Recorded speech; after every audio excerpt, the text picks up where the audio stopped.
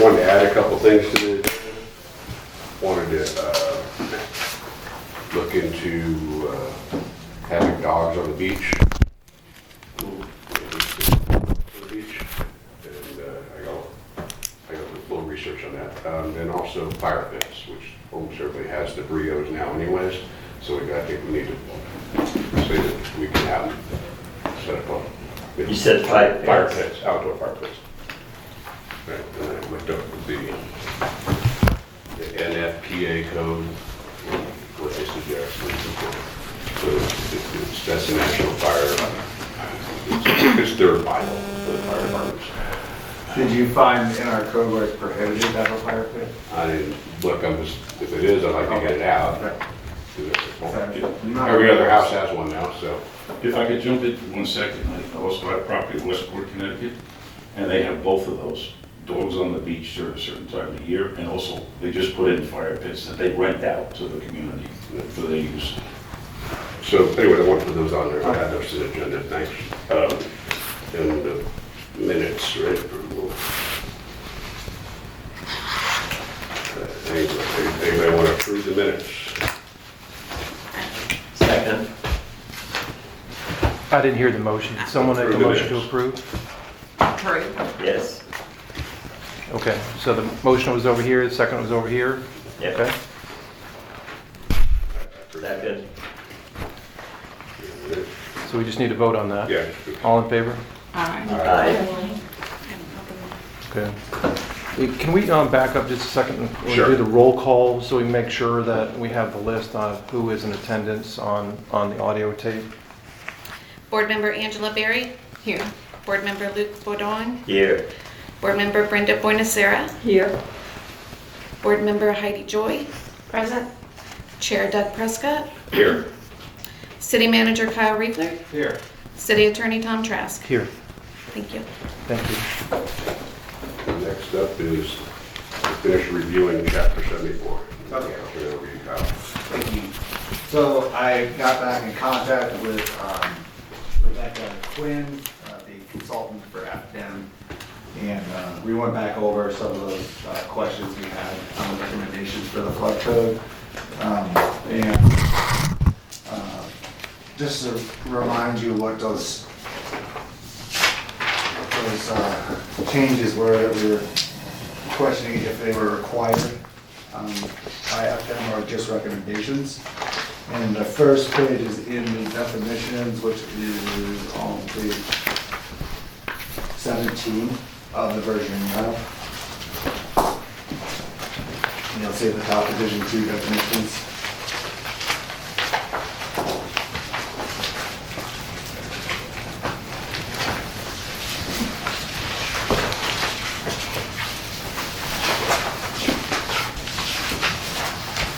Okay, so you'll see the coastal A zone. We're striking that because we had to define it previously because we also were including the requirements of the V zone, the high velocity zone, to include coastal A zones. That was a recommendation that was in our previous Right. chapter, but in discussing, we do not need to have that. So that definition was pulled, as well as each time that it said for VE zone and coastal A zone. So some of the other revisions that were in our previous draft ordinance, listed, for example, 74-175.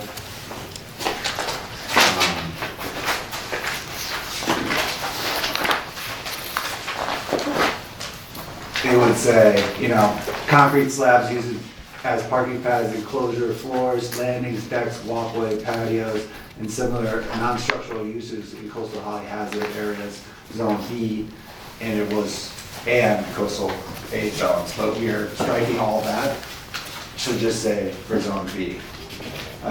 So in a coastal A zone, like we talked about, the difference is, if you're in a coastal A zone as opposed to being in a high velocity zone, which is a V zone, in a coastal A zone, you are still allowed to build on a backfilled stem wall. And all other requirements are the same, which are to use, stainless steel fixtures, to a VE zone, I should say, which is a high velocity zone with an elevation similar to an AE. That is required if you're in that zone, that you have to build up on the pilings and have breakaway walls. But what we're saying here is if you are only in a coastal A zone, you are not required to build up on the pilings and have breakaway walls, like we were previously proposing. So you can still, we're not adding any more restrictive requirements to this flood code. Basically, what we currently have now. Okay.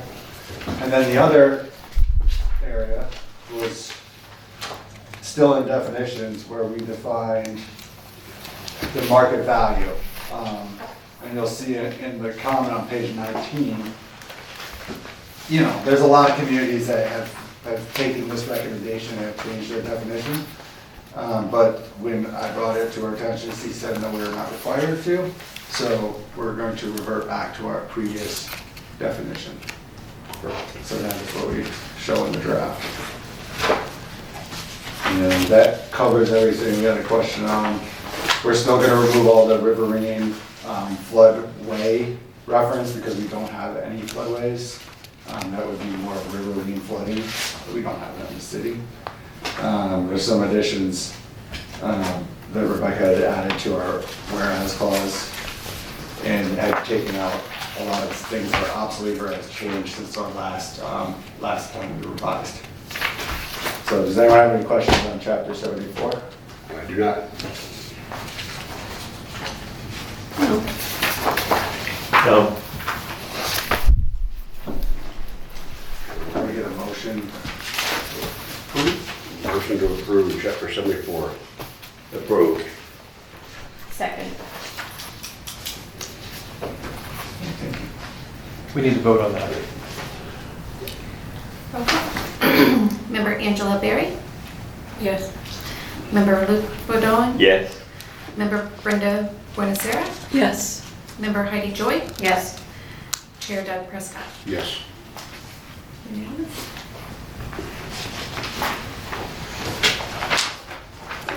Moving on to consider recommending residential low district 2 maximum floor area ratio, or otherwise known as FAR, revision advised by city planner. Okay. So after you get through all section 74 pages, which ends on page 26, you're going to see in the packet section 94, 135. It's his uses at the top. Number 26. So the page after 26. Yeah. Okay, so this is under the zoning, chapter 94. And in the uses section, we have under residential low, district 2. If you remember, we have 2 districts in the city. We have residential low and residential medium. Medium is the multi-family district that borders along the Gulf of America on the west side of the Bel Air Beach. And so when we were reviewing this, we were actually reviewing a permit. An architect had questions about this floor area ratio, and he had read our code and saw that there is a requirement of a 0.4 floor area ratio for residential low. And then he went and looked at the definition and inquired how any of these the new construction was meeting the FAR as defined, which is to include all square footage as part of that calculation. So in consulting our engineering firm, Gemini, who does our site plan review, they said that they were calculating it based on the footprint, which was previously done by the plan reviewer, Larry Flutie. So when we reviewed this, we called a meeting and had planner Louis Cerna, our contracted planner, review, and he gave us some insight after doing research. And what he said is that typically that the floor area ratio is defined as all the square footage, not just the footprint of the building. But he said when he did research other cities and communities in Pinellas, he found that most did not establish a max FAR for residential level. The one example he found was Madeira Beach, and they established a max FAR of 0.8. And Madeira Beach also had a similar impervious surface ratio of 0.65, which is the same as our impervious surface ratio. So in the draft, the drafted language suggested by planner Cerna was he felt that we could strike this requirement because we have the impervious surface ratio and setbacks as well as the height code restricting the development of the lot, and it is not necessary to have an FAR. So, does everyone understand what You I said? clarify that a little bit, you say you don't need an FAR, I mean, you did something that you don't have a limit? So he's saying so when someone goes to develop a lot, they're looking at the lot, they're finding out the setbacks, and they'll build as far as they can to the setback lines. And then they're restricted by the height code, so, they gotta build to a Keeping it in BFE. prison anyway, just keeping it inside the box, so to speak. Yeah, they can build so high, And so the setbacks, and Yeah. that governs and then itself, so it and simplifies it. outside of the footprint of that structure, you have an ISR, which is your impervious surface ratio. So, whatever additional impervious surface you add, like for your patio, sidewalk, driveway, pool deck, that factors in on top of the structure itself to a maximum of 0.65. So that is another limiting factor. If you, put too many pavers or walkways in the side of your house, you may end up limiting what you can do as far as a pool deck or other areas of your property. You have to maintain pervious surface of at least 35%. I'd like to make a comment. Sure. With the newer construction that we're seeing being requested to be built, even being built pre-storm, it is difficult to meet this requirement, both the impervious 0.65 and the 0.4. I custom designed a residence on my 80 by 110 lot that is very similar to a home that was already built. And then the definition was read and my permit can't go through. I'm looking to build a residence that will be built to code, improve property values, and with all of this as it stands now, I can't build my house. And I also would not be able to put in a pool and have a driveway. So I personally think that FAR needs to be done away with completely, because we can't build McMansions within, that's my term, within these property lines if we go by the setbacks and the height restrictions. It's impossible to build something that would be out of the norm and the continuity of the neighborhood. And then if you want to, again, increase property values by adding a pool, you won't have enough space to do it.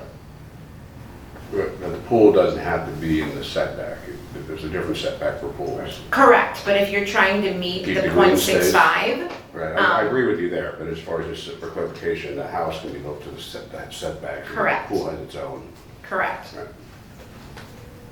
So that's basically what you just said. Yeah, so And that's what if you're, he's doing, or they're doing is doing what you suggest. and like an example of like the structure she's building, if you're building multiple floors, and most of these are built over garage storage now. We proved that in about 4 meetings ago that we can build 3 living floors of living space now. Before it was just 2 above storage and garage. Now you can build on the bottom floor, as long as that bottom floor meets the base flood elevation. So it works in some areas and not all. Other than the garage, it would come down below the BFE. Everything surrounding your garage can be living, and you can put your foyer inside now versus having to be sticking out into, which you can't go past the setback, and it reduces your square footage. So now you can actually put an indoor foyer, and you can go right to the property line for your setback line, and you increase your square footage out there as well. But that was passed what we did in the summer. For the third floor. Yeah. But to her point, her example, the house she is trying to get approval for her permit, it cannot meet this ratio. Right, so if we nix that out, then you just build your setbacks and your height, and that regulates itself. I'm for that. I think it's a good idea. My other concern though, not just that though, is the impervious area, the .65, not being sufficient to add swimming pools if you're also maximizing your square footage. So we're saying just eliminate the .65. I'm not saying eliminate it, just maybe potentially raise it. Raise it. Which hasn't been discussed yet. I'm just throwing that out there. I have a question on that too. Could you explain why pavers are considered impervious? Okay, She's not. this is a board meeting for the members of the planning Okay, and I'm zoning sorry. board. If they're asked, they want to ask for input from the public who is attending, they'll do that, but I can't have the public interject in the process that they're. That's okay, they told me this is an open meeting, if that's not It true. it is an open meeting, but there's a Okay, process. that's fine. So we need to have the public, if you want to, you can raise your hand after all the discussion is done, and the chair can decide whether or not he's going to allow people to Okay. speak. But I can't have you intervening in their discussions on each agenda item. Okay, So- I'm sorry, I'm new. Okay, I just want to make sure everybody understands the process. We're trying to get through the meeting, so, okay. So on the multi-use, we were proposing to go to .75, I believe, right? Yeah, let me go back. That's what we did last meeting. Actually, I have it in there. Recommendations.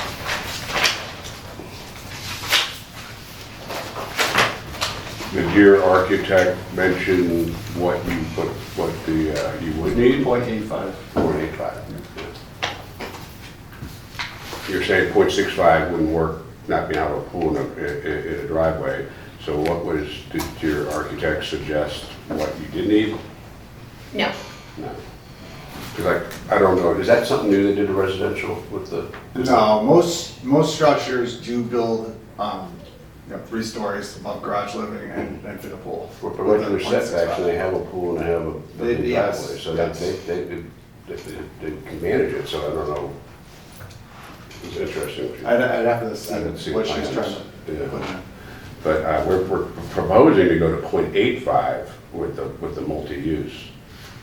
So I'd like to have more data. If we've been rolling with the .65 for the residential, because you do want grass. I don't want, we don't want to have those yards where it's all rock again or whatever, back in the 50s, or built out toe to toe, but, We still allow gravel, just so. okay, but I'm just saying, what, maybe we should look into what standard for the residential, like what's other cities doing, what's our guy, what's our consultant, what he recommends, something like that. I think that's what we need to move forward with that. Okay. So you would like him to assess? I'd like to eliminate what you got on that now, I'm for that, but as far as looking further into, if that's what they build out their lot, the potential, the full potentials, but I'm interested in that, I think everybody would be. It makes the property value more, you get more taxes for the city, it's a winner for everybody.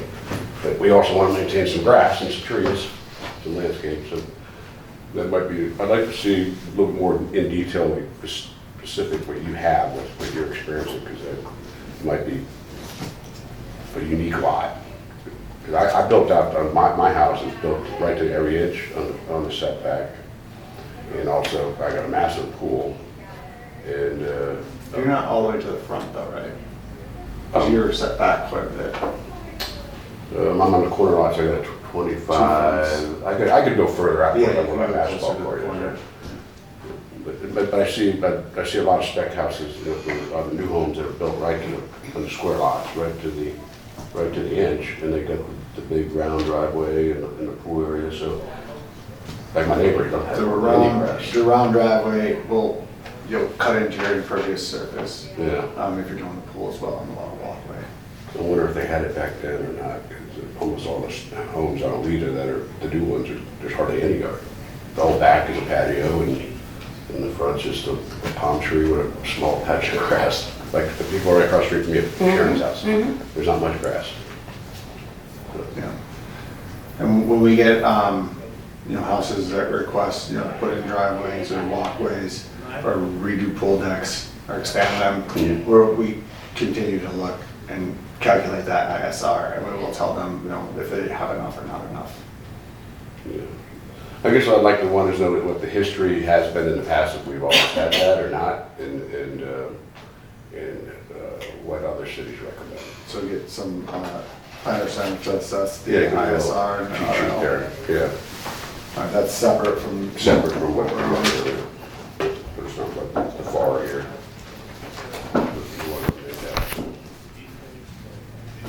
We need a motion on, On this one. yeah. We need a motion on what we're talking about, the eliminating the FAR in. I will happily do that. I have a motion to eliminate FAR. I motion that. Second, okay, vote. Can we, there was obviously someone who was interested in giving public Oh. comment on this, if we could address That's that more now. ISR, but go ahead if you'd like to. Okay. Two things. One thing you said, you can only build your internal, like stairway to the base flood level. What is that? Is that the same for the whole town, or is it street by street, or what is that? It's in zones on a FEMA insurance rate map. So we, as a floodplain administrator, I can reference the map and tell you if your lot, what the BFE is for your lot. Okay, so FEMA requires like 2 feet above what's on that map. Is that the same here? So what's on the map, it's gonna be an A zone, and give you an elevation, which is in Bel Air Beach, it's either gonna be 8 feet, 9 feet, or 10 feet. Most are 8 or 9. So say you have a BFE and you're in a BFE of 9 on the map, you have to add 1 foot to that per the Florida Building Code. So in Bel Air Beach, if you're in a BFE of 9, you have to build your new structure to code first livable floor above 10, or at 10 feet. 10 feet above sea level. But that's the first floor. What about the interior stairway? Because you Stairway were talking about can be interior below, stairways. access stairs could be below, garage storage can be below, and there's restrictions on how you can compartmentalize. Well, if you're doing what we just passed, that you build an interior foyer, basically your staircase is inside, then you have to be the BFE, because that's living space. If it's BFE. exterior, then you come down to the Base flood to the elevation. city Okay, garage. thank you. So if it's an interior foyer, that foyer, you have to have external steps to get to a certain level, and then you can have the foyer that goes up the rest of the way? Is that what you're Well, telling me? if your house is already 8 feet above sea level, and then you just gotta be to 10 feet, you're gonna have a 2-foot stoop to enter your house. No, okay, so or ground a level, sloped up sidewalk I can give you up. specifics. My house is 4 feet above flood. So you're saying I have to have 6 feet of exterior stairs before we can, Get into living space, yes. right? And living space includes the interior stairway. If you have an interior stairway. Yeah, but I want to have an interior stairway. So I need to be, so 4 feet, which is the base flood, not base flood, but where my You're 4 foot above elevation. sea level, so if you're in a 9, then And you I'm would in a add 9. 9, so that's 6 feet for your base flood elevation. But your actual, anything that you're gonna have air conditioning, you're gonna live in there, you sleep in there, that's gotta be up to, in that case, 10 feet. And, To get there, you mound up, you build an outdoor staircase, coming up to it. right, yeah, I get that. But if you want to transition, like a 6-foot staircase inside and then go up another 6 feet, that's what you have to do, right? Yeah, I think if you're gonna do this, I'd sit with your architect and have them kind of explain it to you. I have the drawings. It's just, it doesn't seem to match what you just said. I can take a look at them afterwards. Okay. And my only other question, which I know is not part of the FAR, was just, in a way it was, but you're gonna get rid of it, but I never understood why pavers are considered impervious. Is that a Florida definition, or? There was a time where there was some paved surfaces that were considered pervious, because they were designed to be. And Swift Mud had approved some of the designs, but they since have pulled back. My understanding was they no longer approve those, because if you do not maintain this pavement surface, it just becomes impervious over time. Okay, thank you. I think you get away with these millings, pebbles, millings out that can be considered good. And the other thing is you're referring to pavers that have, where the grass can grow through them. Oh. You see it in some parking lots, so they get away with more parking spaces. The turf block. Okay, so there was a motion on the floor to approve the requested change by the consultant to remove the floor area ratio designation of .40. There was a second vote. And it's first and second. Okay, you just need to vote on it. Board Member Angela Berry? Yes. Board Member Luke Badewine? Yes. Board Member Brenda Bonacera? Yes. Board Member Heidi Joy? Yes. Chair Doug Prescott? Yes. Thank you. And number 5, consider excluding pot plants, bamboo plants from being used for green yard landscaping. Okay, so just a little background. On our current prohibited plants in Bel Air Beach. It all comes on page, you're gonna see some images in your packet. If you flip past the images, the first text page after, it's in section 94-69, green yard landscape. What section? 94-69.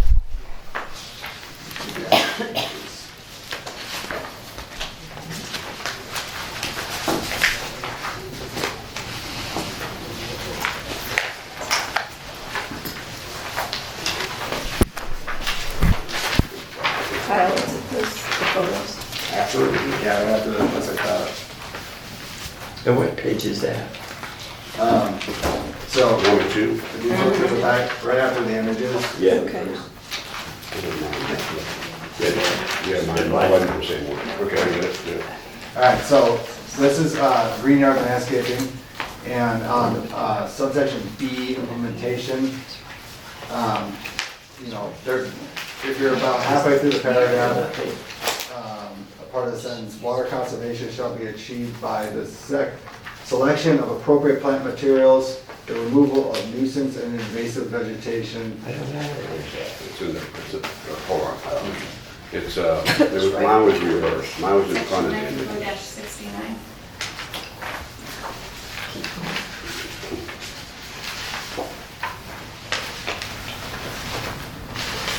That's it.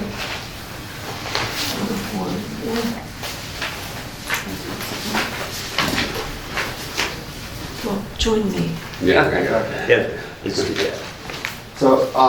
So this is halfway through B, under implementation. It says water conservation shall be achieved by the selection of appropriate plant materials, the removal of nuisance and invasive vegetation, the use of water efficient landscaping and irrigation systems, and appropriate maintenance. And then the last sentence says, for the purpose of determining plant species to remove, refer to the most current edition of the Department of Agriculture and Consumer Services Noxious Weed Rule, Chapter 5B-57 FPC. So, 2 or 3 pages before the images, you're gonna see a large list of that 5B-57 noxious weed list. And this is the most accurate, or the most up-to-date I could pull from the Florida's code. Anyway, So my point is, you're gonna see some things, Brazilian peppers, Australian pines, and we kind of, what's the one we said? Carrot wood we found on this list in the city. And those are some of the species that we've, did code enforcement to have removed. So for this item, we have an example of a property that has planted a plant, it's a species of bamboo. And if you're aware, some cities, consider bamboo invasive and do prohibit, mostly because of the aggressive speed in which they can grow and their tendency to clump. So, you'll see in the images, where some bamboo was used along a fence. And in this situation, we have a lot of pictures. I have a larger picture here.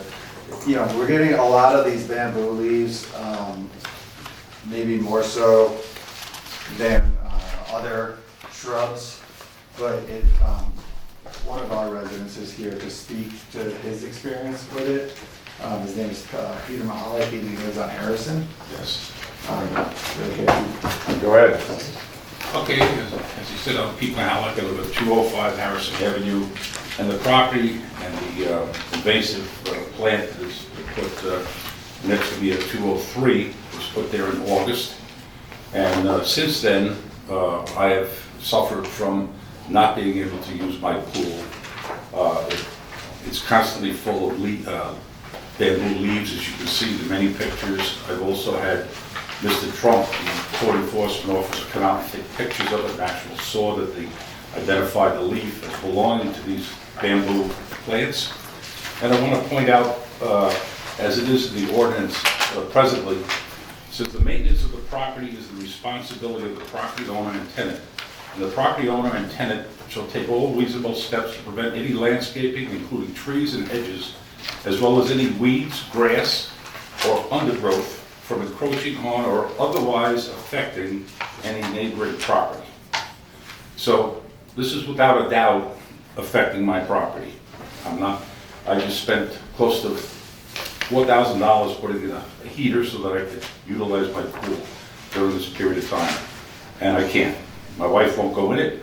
It constantly has a scum on the top of the pool, and the leaves, as you can see from the many pictures, have constantly in my pool. The day after I get my pool professionally cleaned every week, if there's any kind of wind or anything, I have leaves all in my pool, from the steps all the way down to the drain.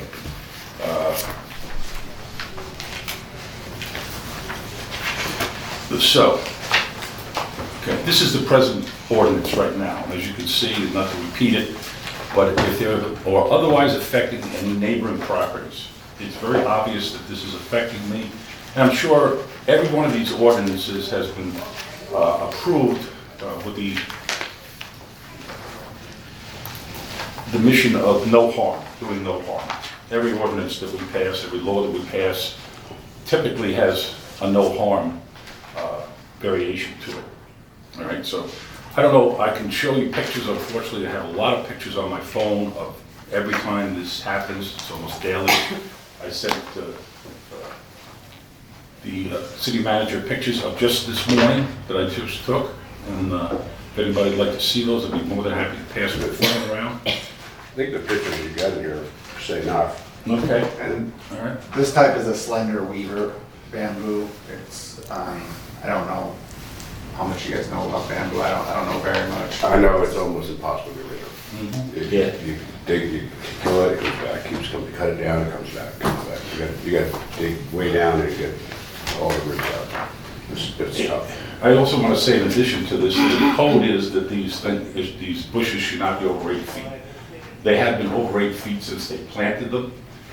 They were, at my insistence, cut down to 8 feet several weeks ago. Now they're back up to 9. They grow very They fast. grow amazing, so there's no way that this gentleman is going to maintain this property.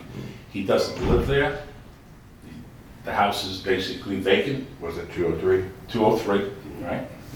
And as I said, I cannot depend on him maintaining his property and not to affect me adversely in this respect. So I'm advocating for this type of plant to be eliminated from our town, because no matter who puts it up, it's going to be invasive, it's going to be dirty, and it's a damaging plant as well. It will lift up walls, I don't know, Oh, yeah. you know, it's just incredibly, I can't think of another bush or weed. I consider it an invasive Well, it plant. is, it's considered, it's classified as invasive species. Our town in Westport, where our property, in fact, the whole state of Connecticut has eliminated it. Yeah. They're not allowed to plant it. Yeah. And if it is planted, it has to be ripped up. Yeah. And as you said, ripping it up is a chore because the roots grow just every which way, and they're very, very powerful. So, I have a question. yes. How many properties will this affect that currently have bamboo? And are they grandfathered in because it's already in? Do we not allow it moving forward? What is the thought process here? Well, I can't answer that as far as how many other properties in this town. That would be kind of ask the members of the board, we'll direct Kyle to find out if we feel it's necessary or not, but he's just filling those in on his problem. Right, I get it. Anybody have any questions? Anybody like to see any videos that I've taken where it's, when the wind comes, they're completely blowing, as I showed the city manager, they're completely blowing over the wall, which by the way was put in not too long ago, just a little history of this, is he came to me about a year ago and asked me if I would take down, or he could take down my white picket fence that divided our properties. And again, I have it along my seawall as well. And he explained to me that he put up a nice wall, you know, a solid wall, to code on his property, on the property line. I said, okay. With that though, his workmen not only took down that wall, my fence, but took down the fence going into my property, another 12 feet from where the corner was, which included a gate. So they ripped that out as well. They weren't supposed to. So at my expense, almost $4,000, I ended up having to build a wall to match the wall that he put in, as well as a gate. He refused to pay for that because his people, he says, well, you should have caught them. I says, what do you mean I should have caught them? I should, stay here all the, he's never there, so he doesn't know what's going on.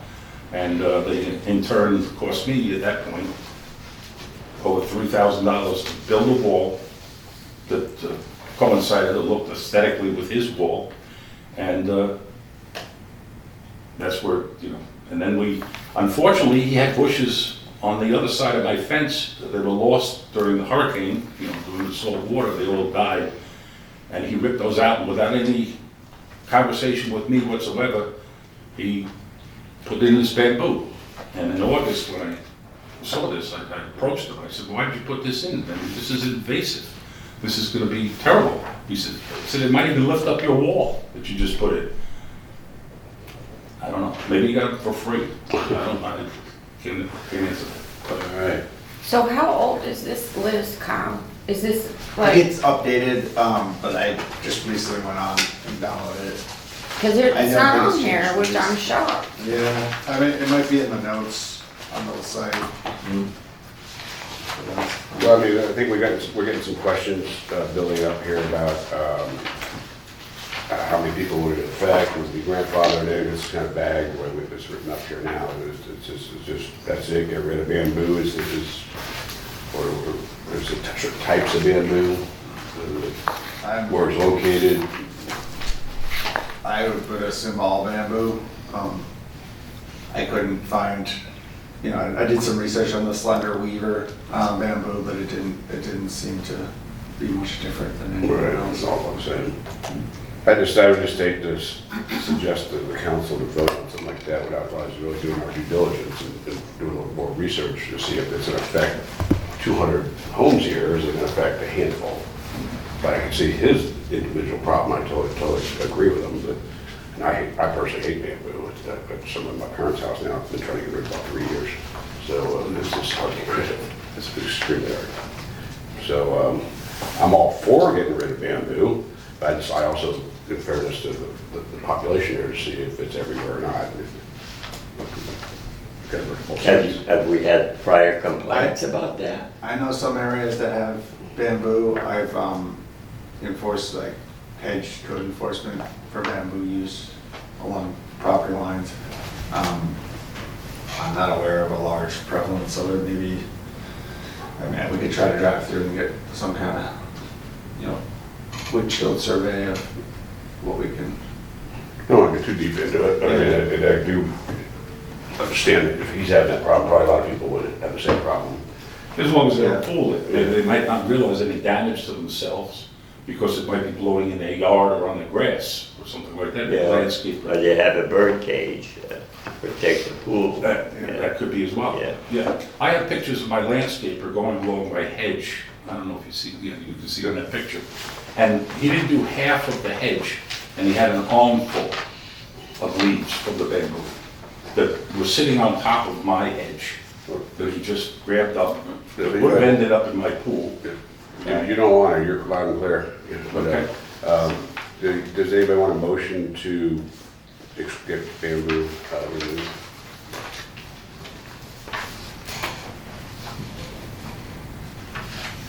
A motion to what? To remove bamboo.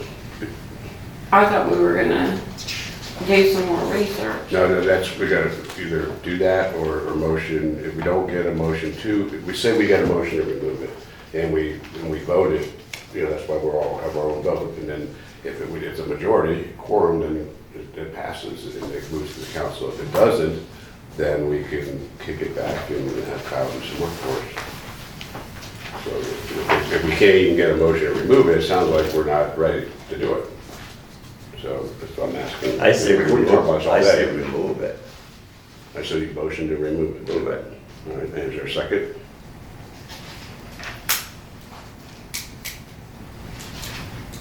I second. We can't. I'll go ahead and second it just to see where the vote would be. All right. They make great underwear. That's all I say. You could consider just prohibiting it for use as a hedge. To amend it. Yeah, if you don't want to prohibit it completely. So Kyle's saying you can use it in your yard in different places, but just not on the borders, making a hedge out of it. So we'd have to amend the motion. I think that's a good idea, but also that we continue to look at it. Can we do this both? Like, see if it really is considered invasive, and we just don't have it. We all know it's invasive. Yeah, I think I it just just- depends on the jurisdiction, how we define. Barb, you got some input? Yeah, a number of years ago, when I was on council, we had an issue on Belle Isle. Just where it was, I don't remember, and it was involving bamboo. And the same issue, the stuff grows wild, and at that time, we were limiting to go to 8 foot from 6 on the hedges. And that particular person was arguing they wanted it for privacy because the home was built a little up and their home was down lower. But the amount of problems that bamboo created again with the pool, the same issue. Whatever happened to that, I don't remember. Kyle, it might have been before you were here. Yeah, I sort of remember way back, and it being argued what it was. I don't know whose house it was. It was the Asian home. The theme is like an Asian home. It was the guy that was local car dealership. Okay, that might have been it, Doug. I don't remember exactly which one it was. Can I just say one thing? One more thing I'll just say, is we have an ordinance here on the books, and it says, any weeds, grass, or undergrowth from encroaching on or otherwise affecting any neighboring properties. It's very obvious that this is affecting a neighboring property, mine. I can't use my pool at all. Right, but we have an ordinance for that, that would be something code Right there. enforcement would do. Exactly. For us, so you don't even need to have this. Okay, I just want to make sure that I'm going to be all over this like You know, rice, you should be, because but I mean, by if point, we're not you have a- enforcing the code, I don't then know, we've got a problem. if that's something, this between you and Kyle, he gets a code enforcement to enforce the code, that's not us. So, we got two things, we can amend it and then a motion to approve it, or we can just, vote now which we already got a motion. We can vote to, let's just vote first on what we got on the table, And then if that doesn't go through, or we can amend it and vote again if we get a first or second. Board Member Barry? What are we voting on? So I'm not this is a saying- motion to add bamboo to the invasive species list, so that it would be prohibited in the city of Bel Air Beach. That's how I heard the motion. Correct. I second a motion. And we did that already, now we're gonna vote. Yes, Yeah, So you vote Yes. to remove it, or put it on the list, yes. yeah, okay? Board And- Member Luke Boydon? yes. Board Member Brenda Bonacera? Yes. Board Member Heidi Joy? No. Chair Doug Prescott? Yes.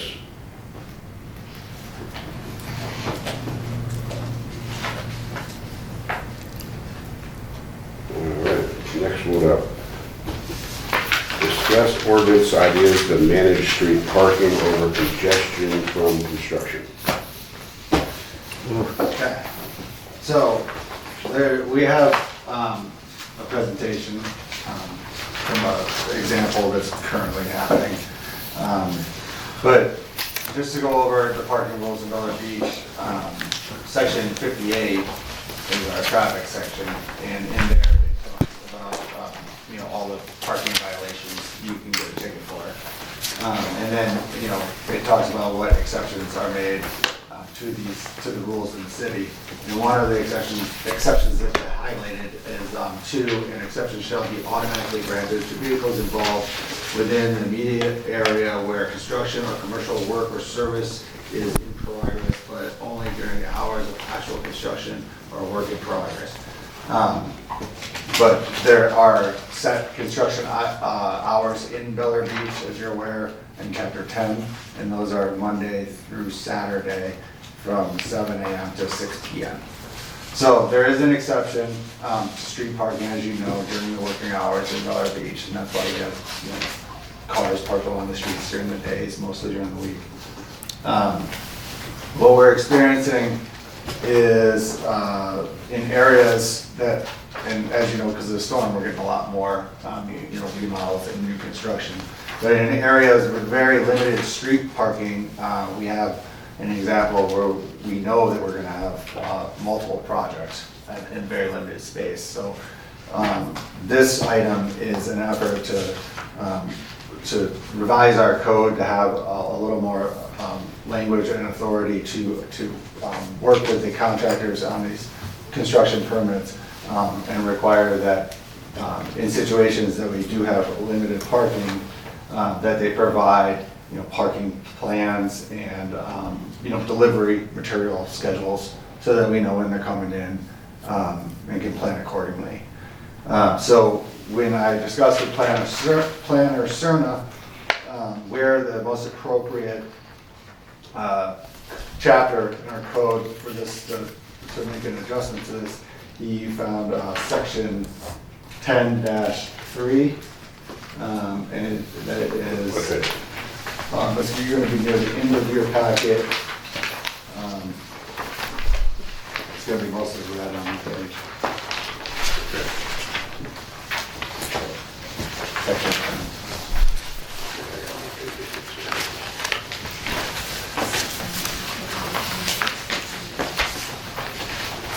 Keep going.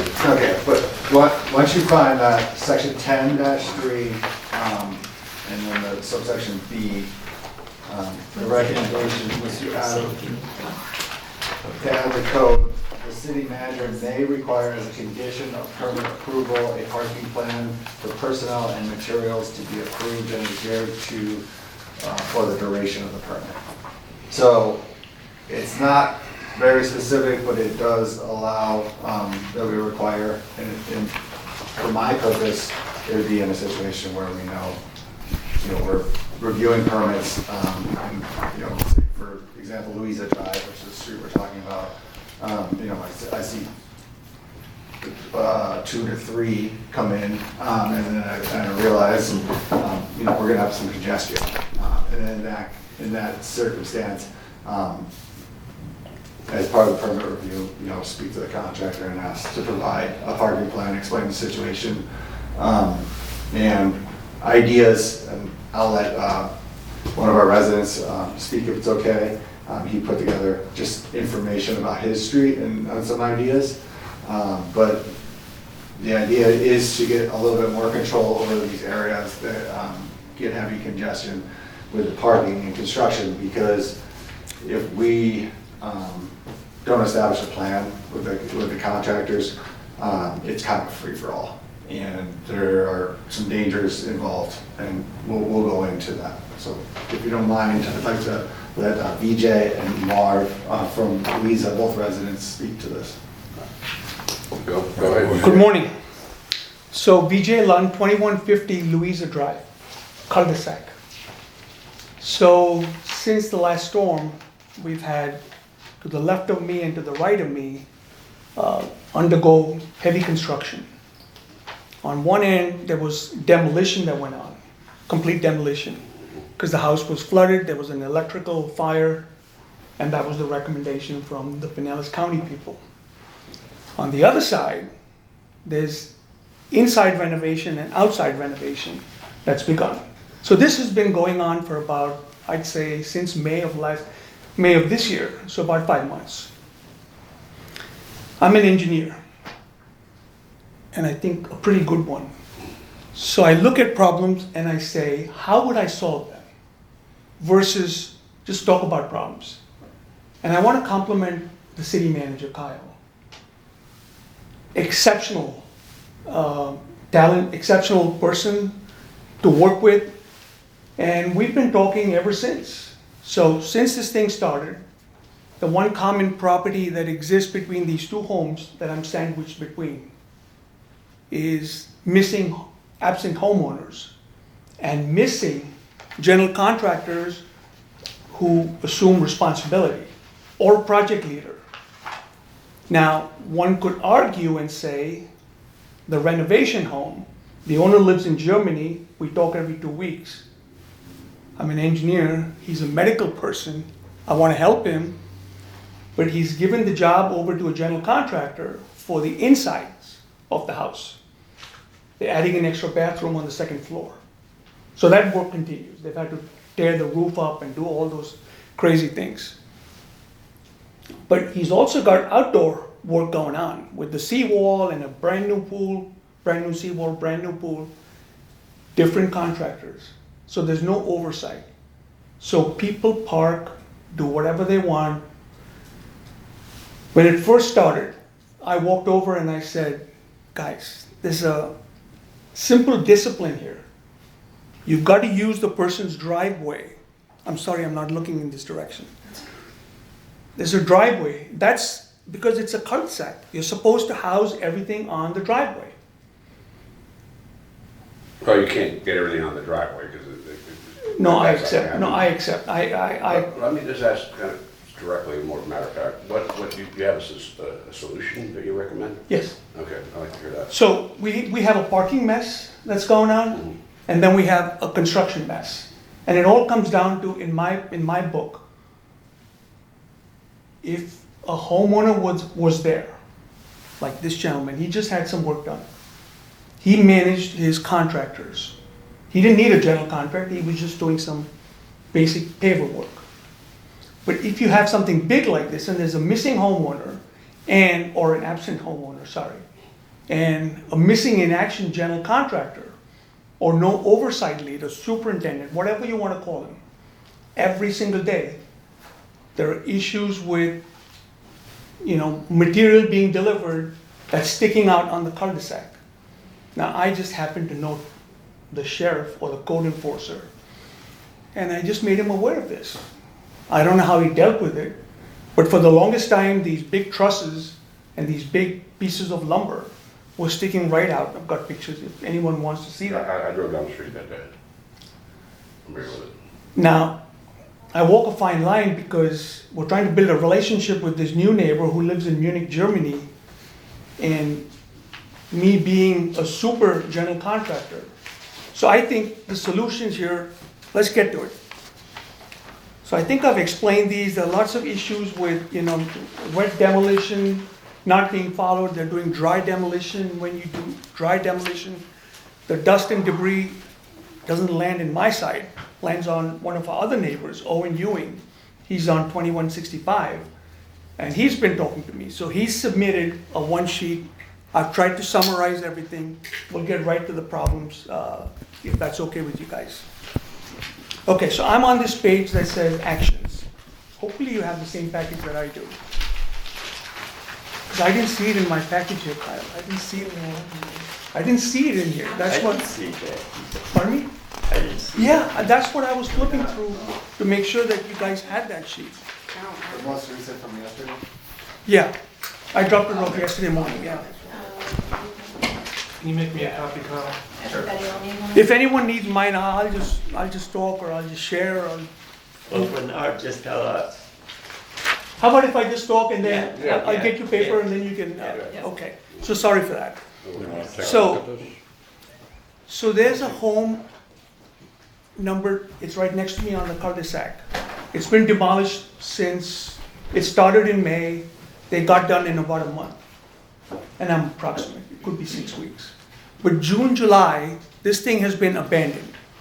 So there's been no maintenance of the lot, debris flies all over the place, absent homeowner, there's no one in charge.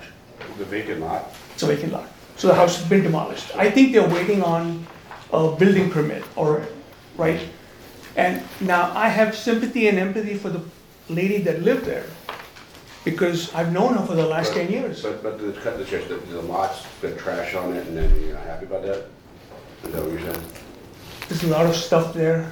I can live, No, but there's a code enforcement that comes out. I got 5 empty lots now in Bellevue. Yes. I get, once in a while, he just calls me directly, but I got, the grass got a little high, or there's, somebody dumped some trash, which that happens. and then Doug, you're I go absolutely clean it right. up. Yeah, look, I'm a little more tolerant only because I want to be a good neighbor to Correct, but I everyone. mean, if it's, that's what Kyle's for, code enforcement is the president. Yeah, but I can't, yes, I humbly accept everything you're saying. Sometimes when the threshold of a situation reaches action mode, that's when I get involved and I say, Kyle, we gotta do something. Or Trump, the code enforcer, we gotta do something. So yeah, there's been lots of issues there, but the most important solution that we can implement, if you have a demolished lot, gotta keep looking here. If you have a demolished lot, it's such a simple thing. Just get some stone gravel path so that, you know, trucks can go in and out and they're not bringing all the debris onto the street. Louisa Drive, that street, Kyle, right now has lots of stuff on it. Every Friday, I told you. I'm out there with my washer, cleaning it up. I just want to be a good citizen. But this can't go on forever. Starting 2026, there are not 2 homes under construction, there'll be 4 homes under construction, if not We're 5. jumping around, we're talking about the vacant lot now, we're off that. We're on the vacant lot, and I'm saying one solution, if a lot is kept for a long period of time, before construction starts, minimum, you gotta put a gravel driveway or a gravel path, so that machinery that goes in and out, they bring machines in almost every 1 or 2 But weeks. somebody else is using that lot for machines, so that's. That's another issue. Yeah, we're not No, talking no, about no, that. no, no, the homeowner of that house has machines coming in, they do soil analysis, they'll do all kinds of things. They'll bring heavy I machines. build houses, I don't know where you're going with that. I think you're gonna have one soil test, and then when they start the construction, put the pilings in, yeah, it's construction now, you're gonna put a mud fence. Doug, in, I which is a humbly agree problem. with you, but I'm saying, in this case, there were 2 soil tests. Okay, but that's end of them. So I mean, that's not, this ain't a chronic problem. But as far as keeping it clean, yeah, you're talking about dirt getting dragged out. And I'm saying, having the gravel stone there would prevent a lot of that stuff from getting onto the street. And then you gotta, that millings are not free. And then you gotta scoop them back up and get rid of them when you're done. So then you gotta build a house there. So I just think, I think he's a soil tester over, and I really no other reason to go on that lot. Now, as far as on-street parking, if you're getting into that, especially as you get closer down to the street, it's gonna be a maze just to work your way through there. That I'd like a solution to what you all suggest to do with have some ordinance to that. I would suggest that they go to the empty lots and cut deals with the people to say, hey, you mind if we put all our vehicles up in Yeah. the empty lots and say, sign a release and get added to the insurance policy. That would be a solution I'd throw out there, because I do that now. I let people use my lots. No, I like that idea, and I think that is a very practical door. But when these trucks go in there, whatever trucks, if the owner were to let you park there while construction goes on, when they pull out of that empty lot, there's a huge amount of debris that gets forced onto the street. And I've watched this since May, June of this year. It's worse on the other house next to me, because that's chaos on this cul-de-sac. Okay. So I'm saying, one solution is if you have an abandoned lot or a lot that is demolished and stays demolished for a while till construction begins, there's gotta be some cleanliness method so that the debris does not all come onto the street. On the second side, on the other side of me, we've just got very poor project management. I mean, if you put a porta potty right in front of the driveway for convenience, you can't get material in, you can't get anything in, you can't get trucks in. And that's what's causing the parking over congestion. 2 homes. I guarantee you 2026, next year, at least 2 more. Thank God, I'm doing a minor renovation thing. I'm gonna be out of there in about 6 weeks before the storm really comes in with these 4 construction projects. So I've spelled them out, I can go through them. I can't seem to find that page. Here, I'll give you mine. Hey, what's your house number on Louisa? It's the very end. Here, Doug.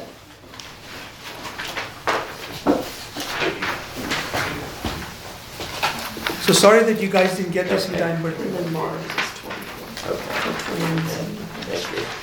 so it's a narrow cul-de-sac, as you guys know, or narrow street. I counted 12 curbside parking spots that are available. Kyle went online and he counted 13, 14. And I said, Kyle, I'm fine. Whether it's 12 or 13, it doesn't matter. If you have 4 projects going on at the same time, you're going to have to allocate parking spaces to these contractors. But don't forget the service providers who provide service to our residents, to our homeowners. You know, the pool people, the landscape people, electricians, plumbers, whatever. So you gotta think about these 12, 13 spots and allocate whatever you need. Yeah, but a lot of these contractors, they have tools in their trucks that they may not need right away in the morning, but they'll need it at noontime or in the afternoon. So where do they go to have access to their truck for the tools? Yeah, there's no complete science answer to what I'm gonna say. Yeah, If you only have 12, 13, let's say 12, just for round numbers, you only have 12 spots. One idea that we kicked around was allocate 3 parking spots to each contractor. Now, everything doesn't happen all at once every single day. So there is a little bit of room there. But I said, please don't forget the service providers, because I have lived through this. There's one neighbor who thinks he owns the curb, and he says, I don't want people to park on the curb, by my curb. And I go, really? Where else can they park? They can't park on the cul-de-sac, that's your code, because of access. If you can't park by a curb next to someone's house because they don't like seeing trucks there, you get into all these problems. So my point is, allocate the 12 spaces amongst the 3 or 4 contractors, Kyle, 3, maybe 4 spots for each. And then Marv has a brilliant suggestion, alternate sides, because you can't have parking on both sides, because that's gonna, so we're in a very tight spot with 3 or 4 permits that are ready to go now. I'm just saying, if you don't take care of the small problem right now, it's gonna become a bigger problem. And I'm just bringing it to your attention. I'm happy to work with. Bel Air Shores, with all the homes going, they're using the beach access. It's their beach, it's their access. Yeah, I think that's pretty good, that's pretty decent. But the only suggestion I would have, and I see you both, that's right, both years. And if that's so much logistic, we'll have to hire a guy just to manage that. That's gonna be a lot of work. But I would suggest opening up the marina parking lot for as many as you can, and then have the contractor shuttle as help. And I did a lot of that, like Marv was hanging out with me when I built my house, and it got bad, so I started shuttling people. And I had Rob shuttle people. Yeah, I remember that. Yeah, because we clogged the whole street. So I would suggest that as an alternative, suggest it to the contractor that are allowed to do that, and maybe that'll start alleviating it before we have to make all these rules and pay somebody to be a dispatcher of parking cars, a valet service that you have to all day long. Well, I'm just trying to get some code just to, require a delivery plan, parking plan, and if need be, we could. That's a utilize major other project, lots. we're not gonna vote on this right now and just say, let's Yeah, make a also, rule, there's no way, it's gotta be a lot. also with the major devastation that we suffered the past year, we have to be tolerant of what's going on also with neighbors redoing their home. But if it was my house, I would want my house redone as well. It's difficult. I think we'd just be in the suggestive stage now to ask contractors to work with those and say we could give you alternate parking, and then maybe come down the road and say we only allowed to park in front of your property. And that would force them to go to use the city's availability. So if you got, but then if you got a cul-de-sac and you're Yeah, one car. yeah. And as yeah. far as the porta potty go, we implemented a code on that. Yeah, they're not supposed to put that right in the front yard and, yeah. If they only I- move that, if they only 2 years. move that 6 feet, a lot of these problems would have kind of disappeared. Yeah. But because of convenience, they wanted this thing positioned there. I'm not a porta potty expert. I'm far from that. We've had that problem before. I'm a system computer designer. I look at this and I say, guys, you should have some project management common sense. Yeah. So I'm appealing to you guys. I know this storm is going to get intense in 2026. If we did nothing, I promise you one thing. There'll be chaos in the cul-de-sac. Well, I say what we do is we table this and put up another meeting where we're gonna have it cluttered and then start, maybe give us time to think, come up with suggestions ourselves so we can get in around and, but maybe just look into this, letting them know that we could do the marina parking as an alternative, like Bel Air Shore uses their beach accesses. Because this is something you have to have the city attorney write up a bunch of rules for this one, this is complicated. So one last point before I turn it over to Mark. Code enforcement.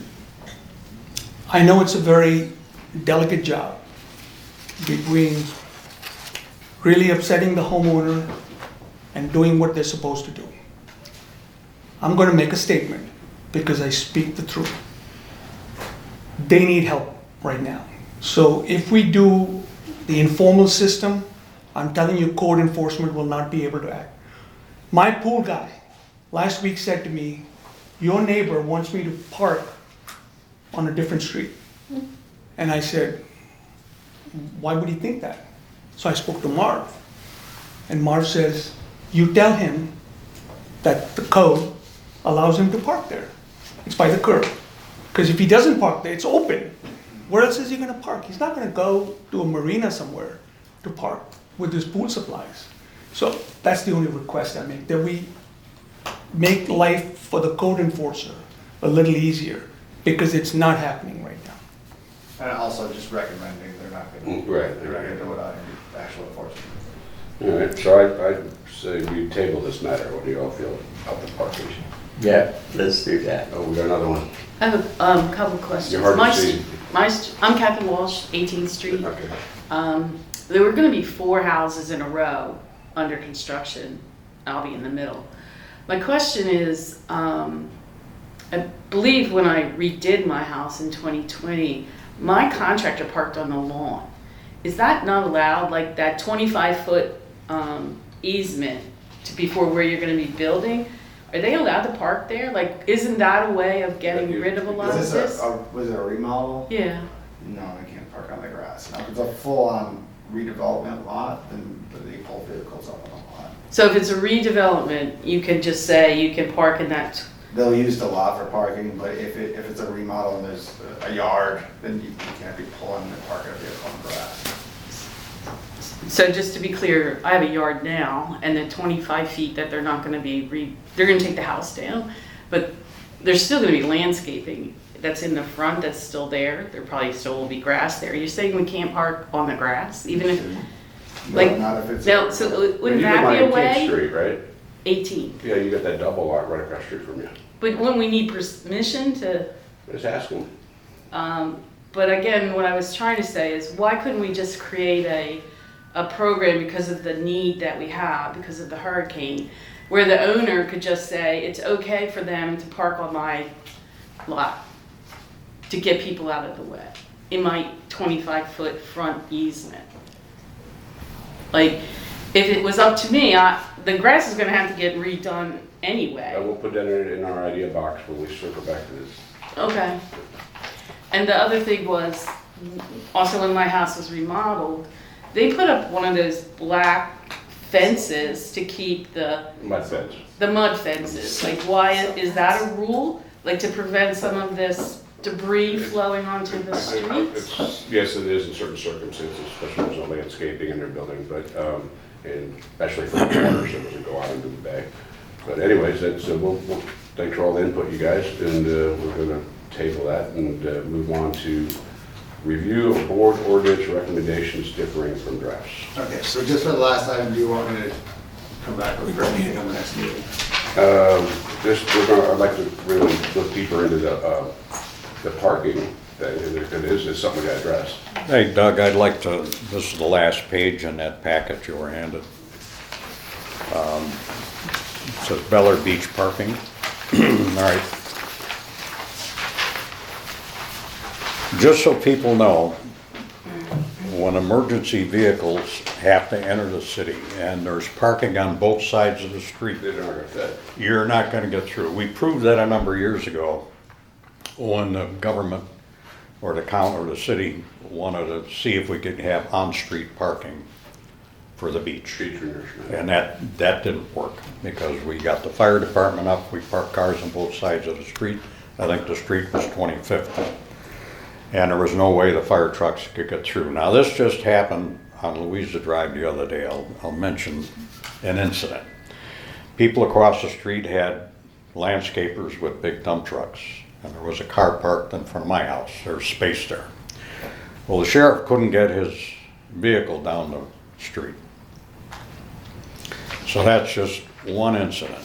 But this happened before when a house was being built across the street from me. We had contractors, only one home was built on both sides of the street. The woman, kitty corner from me, had went into a diabetic coma. The ambulance could not get down the street. And that's just one incident. Parking in the cul-de-sacs, I believe, should be eliminated totally.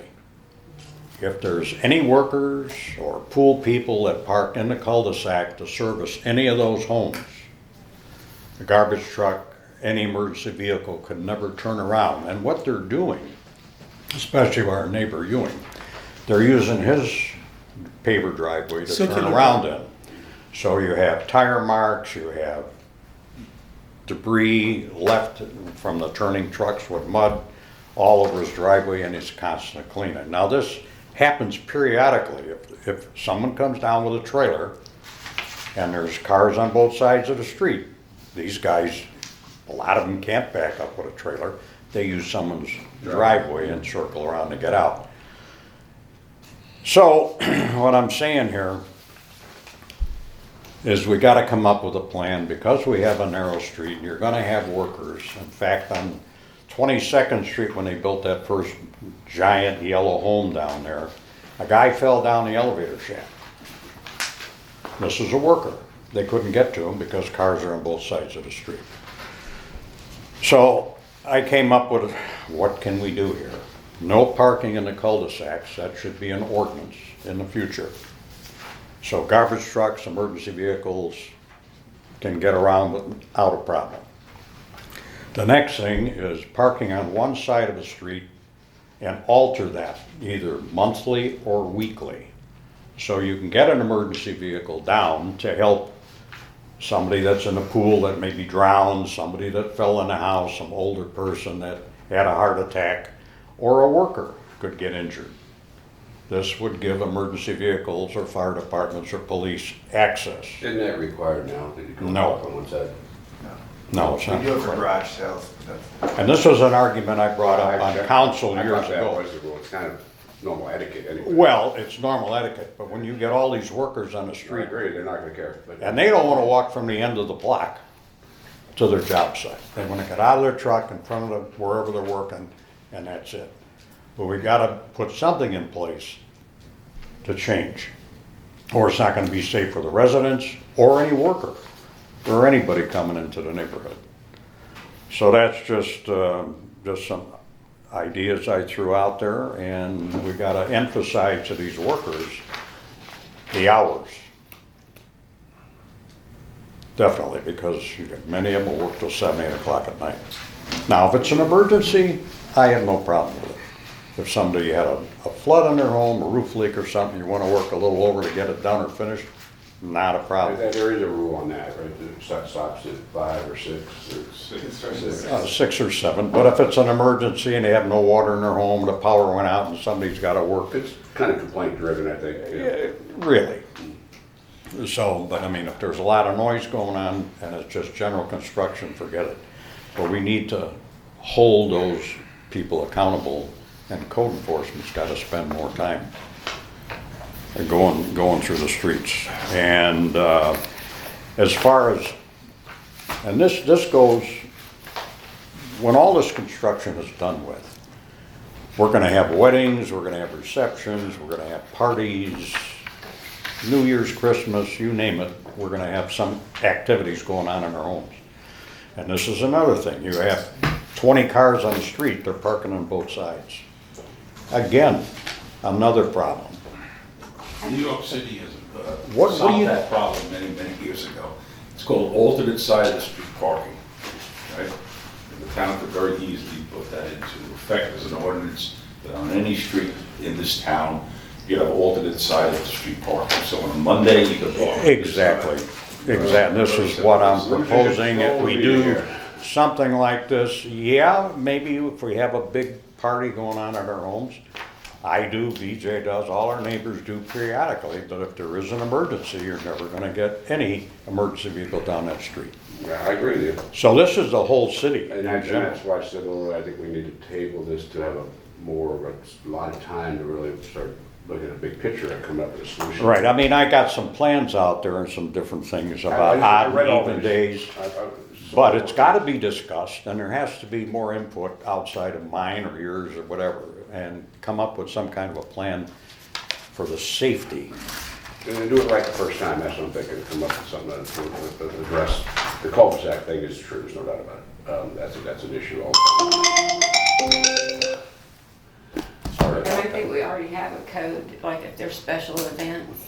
Yes, I There's think, the contact. yeah, Exception. Yeah. Yeah. Be I contacted. mean, granted, we have to call in, you know, whenever we have a party so we can park on the streets, but the thing is, we have to, my gosh, there's so many cars on the street, in many cases, I can't get out of my driveway.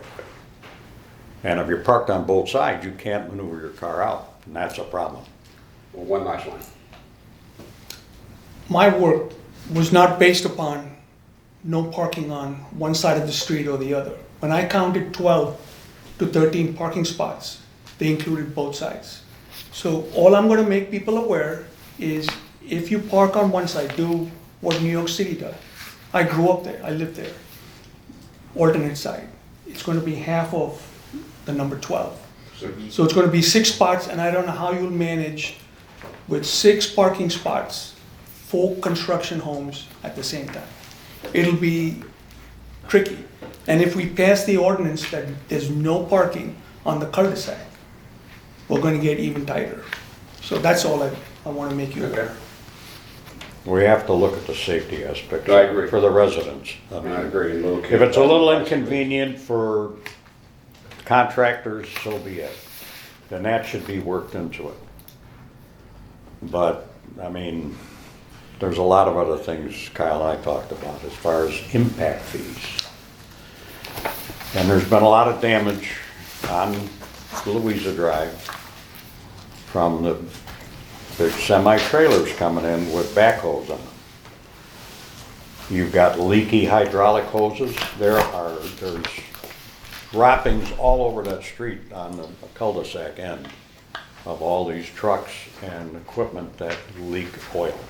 And some of the contractors got older trucks. They've gotta come, they're building houses, and we're not gonna do a vehicle check.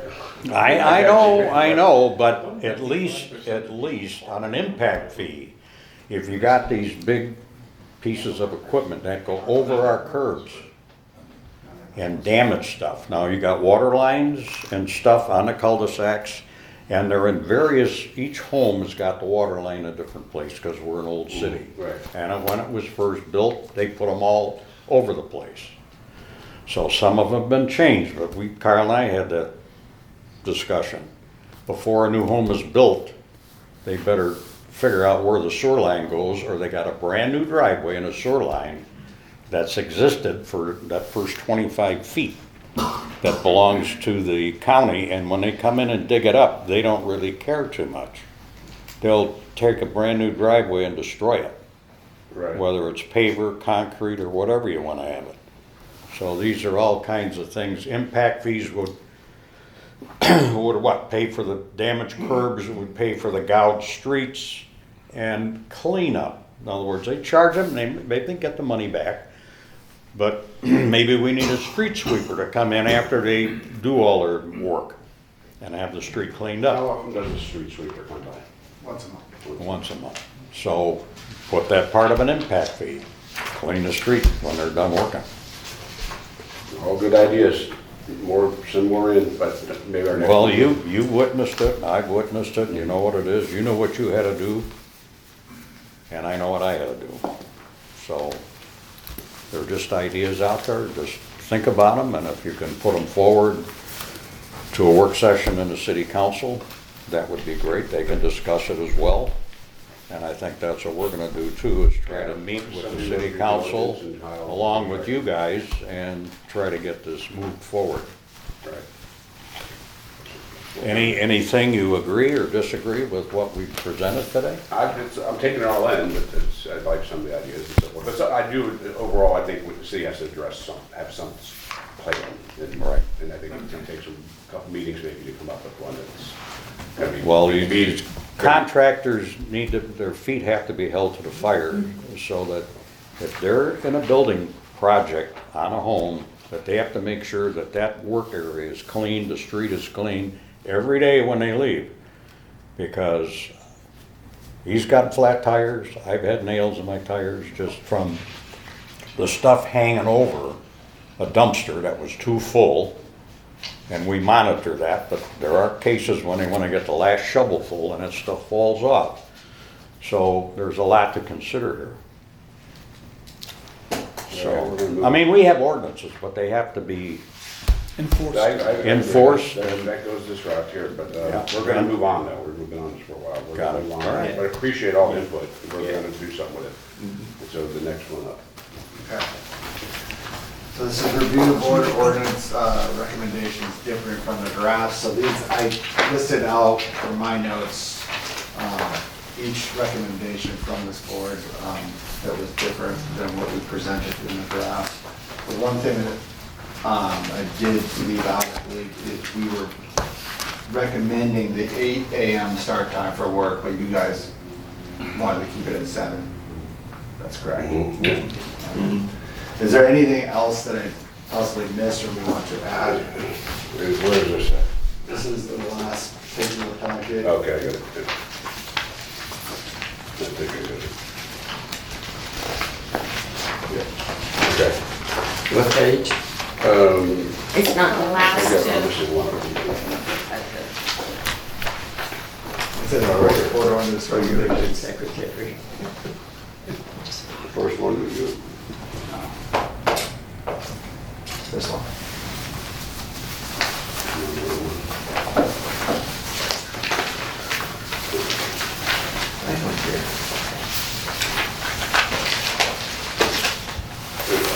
Mine came off.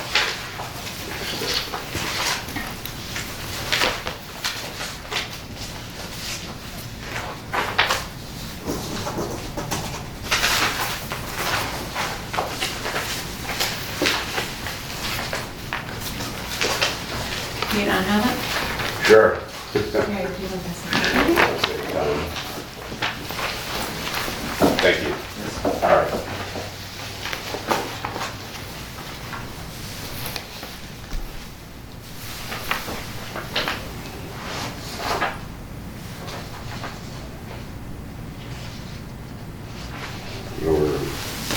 Where we're at? So, I mean, I've listed them out, was there any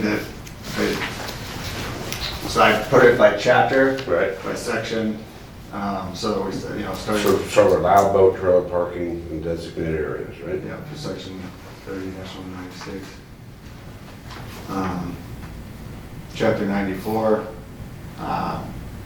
we wanted to have the council also approve the variance approvals. Correct. We want, when the Board of Adjustments makes a decision, and then I want the council, we decide to let the council approve it, second time, basically. Then have their own autonomy.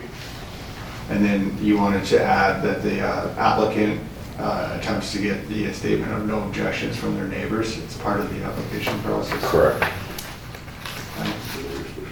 And then we are addressing the residential medium uses. That's what we're saying there. Mhm. And then we had adjusted the height on that.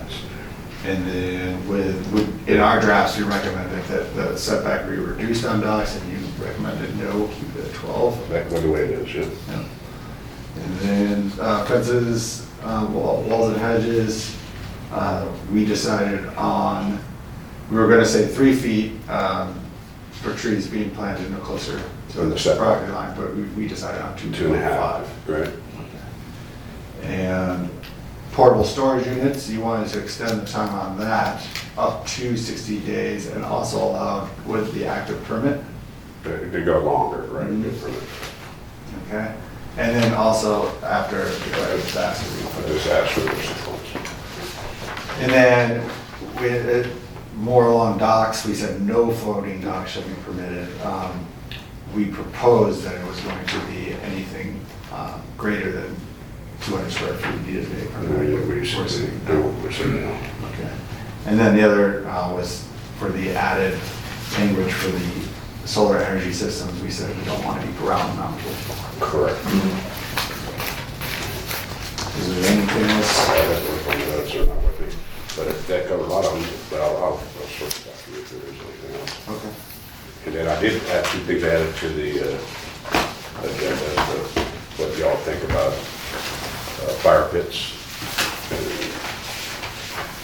So you want to talk about that, allow fire pits in the city? The National Firemen, NFPA recommended code is 10 feet away from a building and 10 feet away from anything above it. And a hose or a fire extinguisher available. You know, then always have it attended.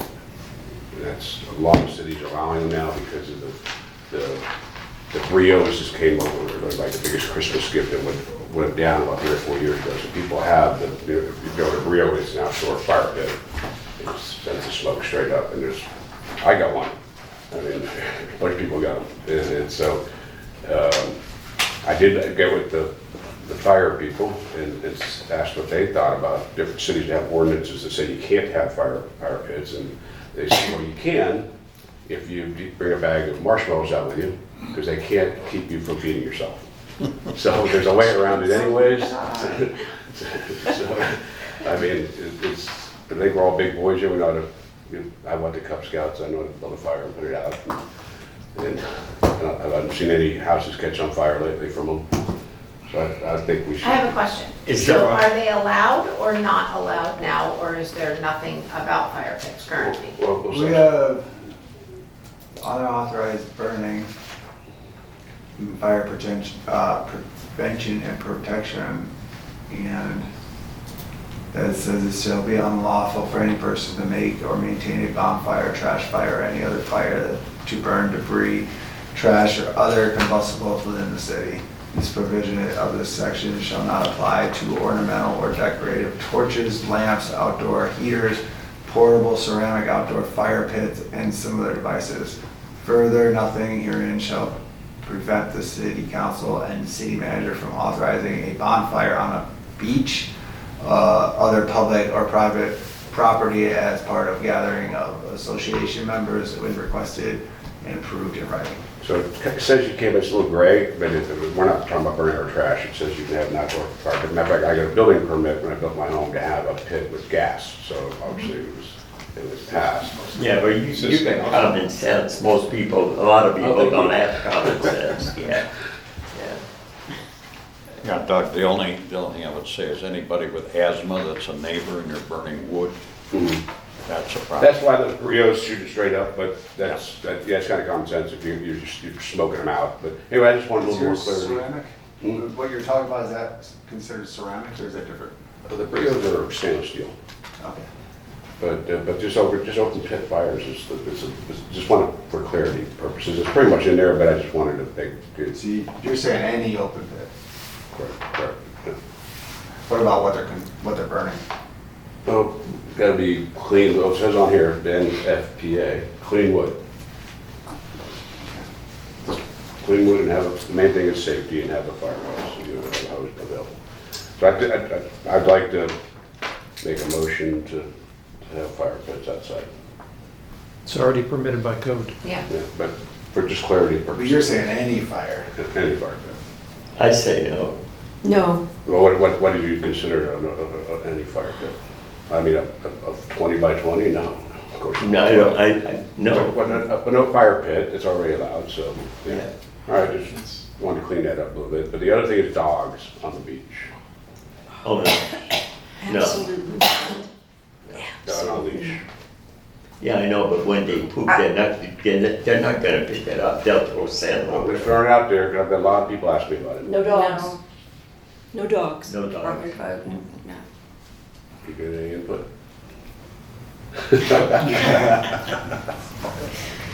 I do. I'd love to hear it. There are dog areas on Clearwater Beach. There's the dog areas on other beaches. They're few and far between. Fort DeSoto, St. Pete Beach, Paso Grill, north end of Clearwater Beach, Picnic Island, and some require leashes, some don't. Some have sections, some don't. And so it's not unheard of. Correct. Basically from Palm Pavilion north, you can let your dog run free. Well, then they could go there and walk their dog. But I'm just saying, there's people that live here bring it up all the time. So I just wanted to throw it out there. I said, throw it out there in the meeting. I can live with it one way or the other with me, but It all comes down to just like anything else. When you go to the beach, you clean up after you Right. leave, right? Whether it's your person with a can or a sandwich bag or whatever the case may be, or it's a dog and their waste. So, I think. walk your dog and you pick it up. That's Yeah, gotta I stay mean, there. And we have a problem with people just leaving trash, Yeah. period. And then you have a code enforcement problem with that too, so why even get into that? Well, he just asked my opinion, so I'm No, no, gonna- I'm just, I'm Yeah. just talking. Yeah. I Yeah. can see, I mean- I see a kid getting bit, I see waste not picked up, who's gonna enforce it? It's a can of worms. I'd stay away from it. I'd stay away from it. I'm personally not opposed. I believe that if you're responsible enough to own a residence on Bel Air Beach, you're a responsible person and you can pick up after yourself or your dog. I'm open to it. I agree. I think I'll make our property value worth more too. Good people who move here for that. I mean, Dog, dog, dog. That's my profession, right? So we have people ask all the time, where can I live that I can have my dog on the beach? And again, few and far between. So, I'll give you my personal experience, we have this. Well, let me control the Oh, meeting, sorry. guys. We're having a really good talk right here, and that's what we're trying to do here. So we get see if we got, how we feel about it. So keep it, just the members. So. Oh, just a minute. Yeah, that's, you guys have got we gave you your piece for your plants and streets, and that's now we're moving on to what we're supposed to do here. So, Any input, I like your input, I'm with you as far as that goes, I love it. I mean, just like you have to be responsible for cleaning up after your person, it's no I believe a different. leash, not a lemon free, Yeah. not a leash, and you pick up just like you do walking down the street. That's my opinion, but keeps the safety. If you have a dog that bites you, bring him out. I don't bring my dog around people and hit somebody. It's just common sense. Anyway, that's my input, but that doesn't sound like we got pretty strong notice in here, so. No, I still say no. Yeah, we have a huge problem with people not picking up after themselves. And, I mean, even baby diapers. And now we have cleanup days because people are so irresponsible. Understood. I know where we stand. So it's no sense in going further to do that there. That's, anything else? No. So, motion to adjourn. Second. Next meeting. Oh, on our next meeting? Yeah. I thought we were done for the year. It's been hard getting our meetings. Pleasure. Well, we got another member. Thanks for joining, by the way. That's Yes. really Thank good. you, welcome. Thank you very much all for Anybody- listening. We're gonna, need to set another meeting. Do we have anything on that you need to go over? I thought you wanted to come back about ISR assessments. Yeah, anything else? And then we're talking about the It's a construction. parking thing, yeah, I'd like to put that on the agenda, parking and ISR. So, it's November, and we'll run it. Yeah. I mean, if you can get another one sooner rather than later. Does anybody have availability in December? Now, no, before I get Yes. this. Hold on a second, we still have You're all- Welcome back. Thanks. You're all in. December look good? Yeah, December what? It's always on Tuesday at 10 a.m. But The what week's too- what We day? would just, first of all, let's talk about December in general, then we'll start zeroing every day. I'm available most of December. Me too. I have some travel, Probably easier. December 2nd, which is a Tuesday, I would be available. 11th, how's that? The 11th is a Before the Thursday. 11th. How about the 9th is a Tuesday? The 9th of December. December 9th. Okay. Oh, is it 10 to 11? Well, 10 a.m.? we tried to be 11. I understand. 10 a.m., yes? Yeah, We're looking at Tuesday, the 9th or the 2nd? at 9. I'll try to make that work. December, Yes. December 9th, 10 a.m., yeah. and it's a Tuesday. Every meeting's Yeah. on a Tuesday. At 10. Yes. Correct. Correct. So, we have, the ISR is chapter 94, and then the parking was chapter 10. Talk more about the parking situation. And so I guess in the meantime, come up with any ideas what y'all think we should do. I don't know if we get something resolved that quick, because it seems like it's a pretty broad subject, but it sounds like it'd be a fairly light meeting. Okay. I like the marina idea. Okay, The marina parking, you like that, didn't you? I like that. Yeah. It's perfect. Sure. Yeah, And anything I you thought can that was a get, good if you idea. can get Kyle your specifics that, on your plan that you're concerned about, so we can get a copy of that. to Well, look I at. think that I'm good now that we did away with FAR, but we'll figure But out. you're worried about the pervious too. Yeah, I mean, we'll one bridge at a time. All right. I'm happy for this one. That I'd like to see anyway, for that kind of stuff, because I'd want to limit our back, what we can put the homes more valuable. So I'm all about trying to make our property values go up, because we're going to lose a lot of property value from the storm loss. And our taxes, we're going to see increased taxes next year. And do you want to have Planner Cerna put together sort of a summary? Yeah, that'd be What we really good. found, just as far as the ISR? Yeah, That would be great. anything that would help us, And yeah, anything. then outside of chapter 10, chapter 94, the remainder of the chapters, are we okay to start revising the drafts as recommended? Yeah, I think so. Yeah, let's do Absolutely. it. Just trying to. Yeah, I'd like to get in those front of ones council as forward. fast as you can. And I like it. We could have got together earlier this month, we could have, or last month, we would have had them vote, they would have a meeting last night, right? No, we got on there, we missed it. So, hopefully get it on there for the December meeting. Has there been any problem with traffic in the parking and so forth, with pickup trucks, with all the construction in Village Shores? No complaint. They've been using the accesses, Yeah, yeah. and, you know, like you see, the other parking is Yeah. the only option, but no. No, I noticed they've been pretty decent, yeah, Yeah, from what I've heard. yeah.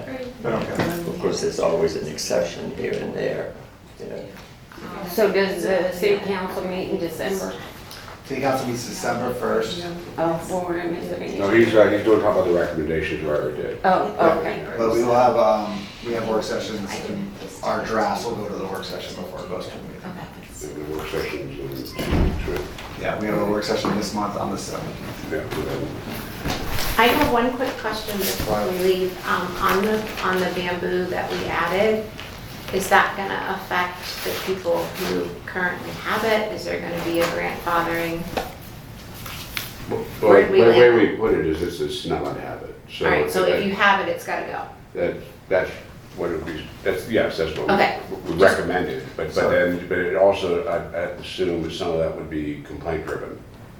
You know, they're not, code enforcement's not gonna go around in everybody's back of their house and look what they got, but if the neighbor comes up, then probably then they'll play that card. Yeah, and again, I just didn't know how many people it was gonna affect, and my only hesitance there was, we need to be kind right now and as neighborly as possible, and we don't need to get people upset about plants, I agree. so. I gotta do get rid of bamboo out of my mom's house. I don't have any, I'm just, I was envisioning some kind of grandfathering. Should have put it the other way, push right? it to remove. And then, I'll ask Planner Sir on his recommendations. yeah, like maybe if there's a substitute or something like that, like we take that out and then you can put that in, or I don't know. I would say they're pre-existing and there's no complaints about it, so I'll leave it alone, but if there's a major complaint. Well, this guy, again, this guy we're talking to today, Yeah. is pre-existing, as we speak, so, you know, we gotta draw. That's a problem. We gotta draw a line, though, you can't, That's a you problem. can't have a gray area. Yeah, I mean, it's like the Brazilian peppers, they pop up everywhere. I Yeah. mean, there's gotta be a lot of them now. Yeah. Don't go too far, they're right outside the door here, so. Yeah, If we see them or aware of them, then we say, yeah. this is And good. sometimes you get a neighbor from hell, you know, and that's part of their diet, they love it. Are we adjourned? We are motioning to adjourn. Okay. So I need a motion, second. Second. Okay. Motion to adjourn, we're all accept, let's go. I need to sit down with you about that permit for the way through Yeah. from the last discussion. I'm out of here. They set the times. Raise your right hand. and then- All right, well, we had another person, let's see it again. Solemnly swear that I will support, Good honor, job. protect, and defend the Constitution of the United States. Thanks for joining. Yeah. So when do you want to do that? That I am duly qualified to hold office under the Constitution of the state and under the charter of the city of Bel Air. And that I will well and faithfully perform the duties of planning and zoning board member on which I What am about Thursday now about to morning? I enter have an 8:45 at the doctor, so that's, so sometime Thursday morning.